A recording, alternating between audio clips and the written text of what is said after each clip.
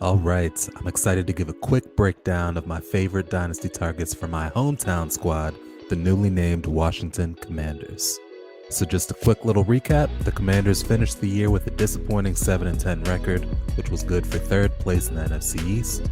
They had an outside chance at making the playoffs again, but couldn't pull it out in the last few games of the year. They've been slated with the 11th pick in the first round of the 2022 draft, and their biggest needs are quarterback, offensive line, and wide receiver. After going 6-8 as the starter, the Taylor Heineke experience proved he's a capable backup, but that's probably his ceiling. That's where Carson Wentz comes in. So ESPN reported that he'd be traded or released in March of 2022, and considering the size of his contract, I'd lean closer to the fact that he'll probably be released and free to sign a new contract. So there's no doubt that he still believes he's a starter, and I believe that as well. Signing with Washington gives him a chance to start and be in the easier conference. He cut his interceptions in half this year from last year, which was the reason he was kicked out of Philly in the first place. In my opinion, he's a great dynasty target because of Terry McLaurin and Curtis Samuel.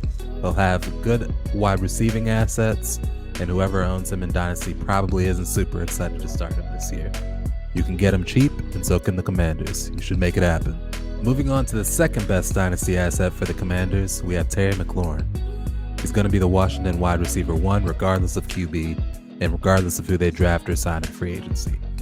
Curtis Samuel is capable, but he had an injury-riddled year in 2021, and is primarily a slot and intermediate target type of receiver. Terry McLaurin has access to the entire route tree and has the numbers to validate him. He finished wide receiver 24 last year and was wide receiver 23 in 2020. So I think it's safe to say that this is pretty much his floor.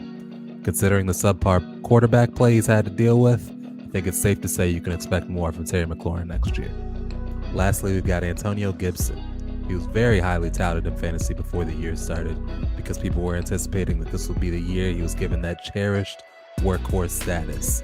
While he has the ability to be an every down back, the Washington offense still decided to give J.D. McKissic the third down back role, and he was very effective. In terms of being a dynasty asset, I still view him as an RB1, despite the fact he's not going to be an every down back. He can still get you rushing yards, touchdowns, and also attack the air. He was running back 14 in 2020 and running back 10 in 2021, so he's got a safe floor as an RB14 or higher historically. He's certainly an asset you can trust for next year.